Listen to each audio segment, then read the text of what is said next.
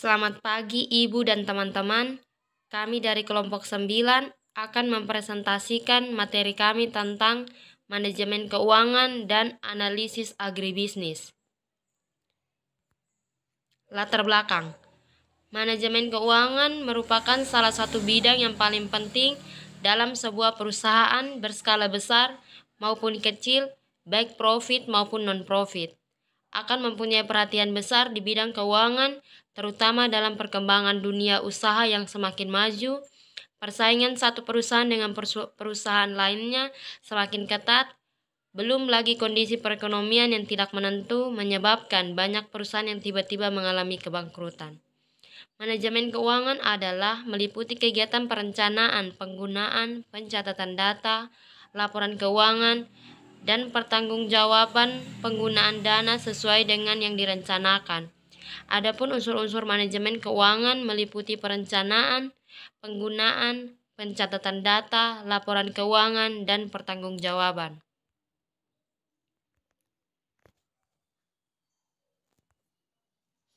Pencatatan transaksi dan data usaha agribisnis.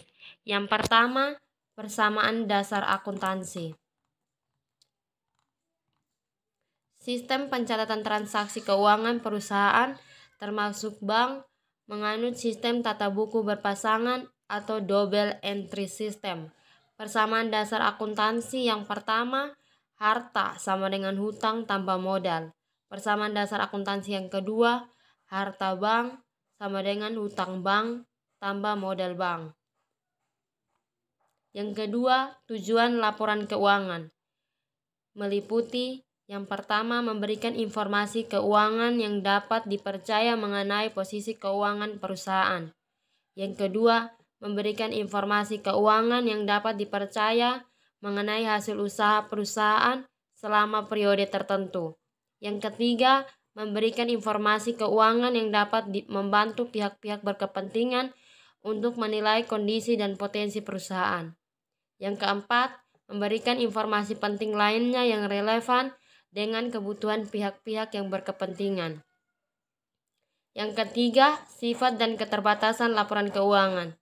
Laporan keuangan bersifat histori, laporan keuangan bersifat umum, proses penyusunan laporan keuangan tidak luput dari penggunaan taksiran, akuntansi hanya melaporkan informasi yang material, laporan keuangan bersifat konservatif, laporan keuangan disusun dengan menggunakan istilah-istilah teknis, dan adanya berbagai alternatif metode akuntansi.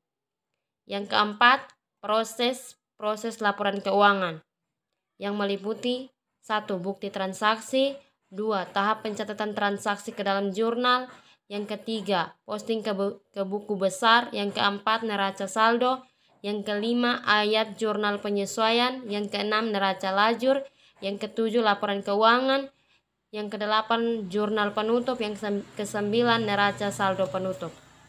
Yang berikut macam-macam analisis agribisnis. Kita bisa melihat grafik pada gambar di bawah ini. Rumusnya DOL sama dengan persen perubahan dalam EBT per persen perubahan dalam penjualan.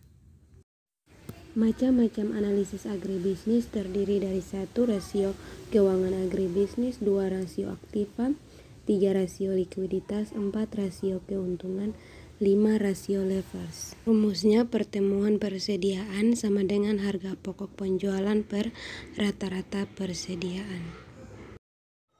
Yang berikut laporan keuangan dan analisis usaha agribisnis. Laporan keuangan merupakan bagian dari proses pelaporan keuangan. Laporan keuangan yang lengkap biasanya meliputi neraca, laporan laba rugi, laporan perubahan posisi keuangan, atau yang disajikan dalam berbagai neraca seperti misalnya sebagai laporan arus kas atau laporan arus dana. Catatan dan laporan lain serta metode penjelasan yang merupakan bagian integral dari laporan keuangan. Di samping itu juga termasuk schedule dari informasi tambahan yang berkaitan dengan laporan tersebut, misalnya informasi keuangan segmen, industri, dan geografis, serta pengungkapan pengaruh perubahan harga. Yang berikut tujuan dan manfaat laporan keuangan. Yang pertama, tujuan khusus. Tujuan khusus dari laporan keuangan adalah untuk menyajikan laporan posisi keuangan, hasil usaha dan perubahan posisi keuangan secara wajar. Yang kedua, tujuan umum, yaitu memberikan informasi yang terpercaya tentang sumber-sumber ekonomi dan kewajiban perusahaan. Yang kedua, memberikan informasi yang terpercaya tentang sumber kekayaan bersih yang berasal dari kegiatan usaha dalam mencari laba. Dan yang ketiga, memberikan informasi keuangan yang dapat digunakan menafsir potensi perusahaan dalam menghasilkan laba. Dan yang keempat, memberikan informasi yang diperlukan lainnya tentang perubahan harta dan kewajiban. Yang berikut mengungkapkan informasi relevan lainnya yang dibutuhkan para pemakai laporan. Yang ketiga, tujuan kualitatif. Yang pertama, relevansi, yaitu memberi informasi yang benar yang dapat membantu pemakai laporan dalam proses pengambilan keputusan. Yang kedua, understandability, yaitu informasi yang dipilih untuk disajikan bukan saja yang penting tetapi juga harus dimengerti pemakainya. Dan yang ketiga, verifiability, yaitu hasil laporan keuangan itu harus dapat diperiksa oleh pihak lain yang akan menghasilkan pendapat yang sama. Dan yang keempat, comparability, yaitu laporan keuangan harus memiliki prinsip yang sama baik untuk suatu perusahaan maupun perusahaan lainnya.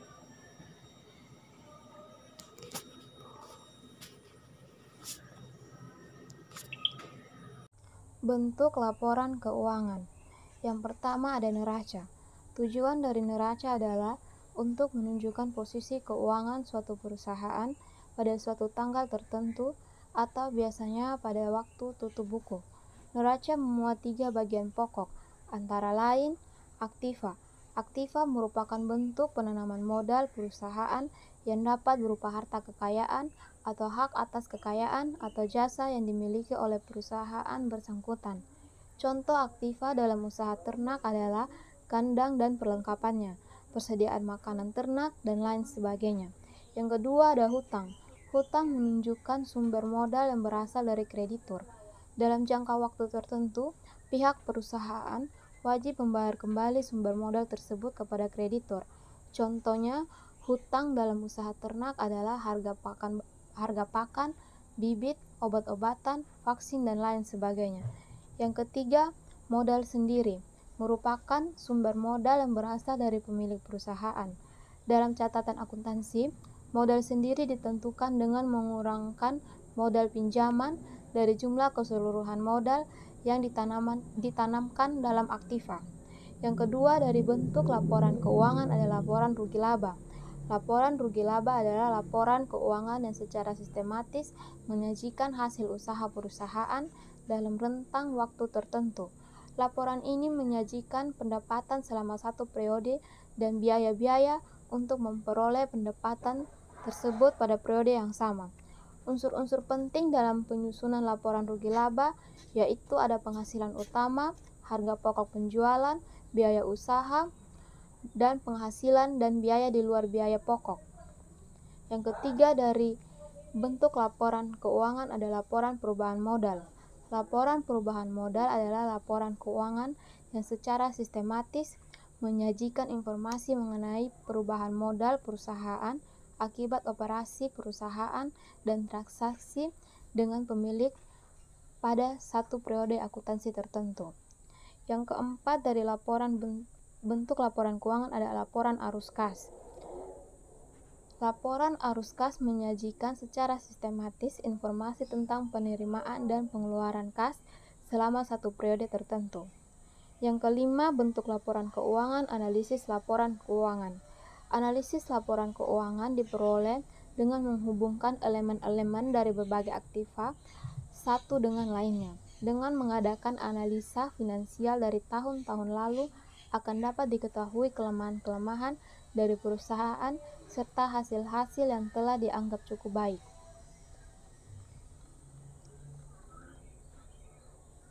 Aspek-aspek analisis kelayakan usaha.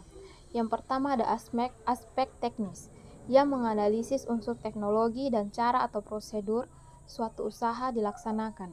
Misalnya, secara teknis, suatu usaha dapat dilakukan oleh pelaku karena telah tersedianya dan dikuasainya teknologi yang diperlukan. Yang kedua, aspek ekonomi, yang menganalisis unsur keuangan dan perekonomian serta perdagangan. Orientasi analisis ekonomi yaitu keuntungan finansial yang akan diperoleh suatu usaha. Yang ketiga, aspek sosial budaya, yang membahas unsur adat istiadat, sosial, dan budaya masyarakat yang langsung maupun tidak langsung terkait dengan suatu usaha. Misalnya, suatu usaha tidak bertentangan dengan adat istiadat dan sosial budaya masyarakat. Demikian akhir presentasi kami kelompok 9. Terima kasih atas perhatiannya. Jika Ibu dan teman-teman memiliki sanggahan, kritik, dan saran, kami berikan kesempatan. Kurang dan lebihnya kami mohon maaf.